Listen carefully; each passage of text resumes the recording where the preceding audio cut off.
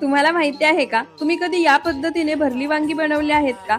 जर नसतील बनवली ना, तर एकदा माझ्या या पद्धतीने बनवून घरच्यांना खाऊ घाला. घरचे तुमचं कौतुकच करत राहतील. पण त्याआधी रेसिपी व्हिडिओ सेव्ह आणि शेअर करून ठेवा, कारण इतकी भन्नाट रेसिपी तुम्हाला कुठेच सापडणार नाही.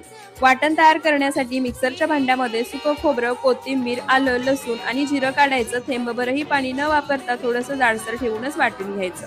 त्यानंतर यामध्येच हळद, गरम मसाला, धनेपूड, कांदा लसूण मसाला, लाल मिरची पावडर, भाजलेल्या शेंगदाण्याचं कूट, चवीनुसार मीठ आणि एक मोठा चमचा कच्चं तेल घालायचं. पुन्हा एकदा सर्व साहित्य मिक्सरला फिरवून घ्यायचं.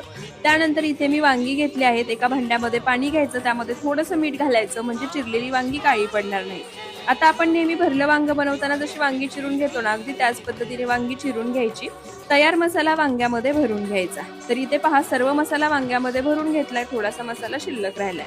गॅसवर कढई गरम करायला ठेवली आहे. त्यामध्ये 2 मोठे चमचे तेल घालायचं. तेल गरम झालं की तयार वाटण घालायचं. कच्चेपणा जाईपर्यंत परतून घ्यायचं.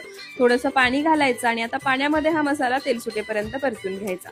त्यानंतर मसाला भरलेली वांगी घालायची. एक अर्धा ग्लास पाणी घालायचं आणि मंद आचेवर अर्धवट झाकण ठेवून एका बाजूने वांगी शिजवून घ्यायची. त्यानंतर पलटी करायची. पुन्हा अर्धवट झाकण ठेवायचं. मंद आचेवर शिजवून घ्यायची.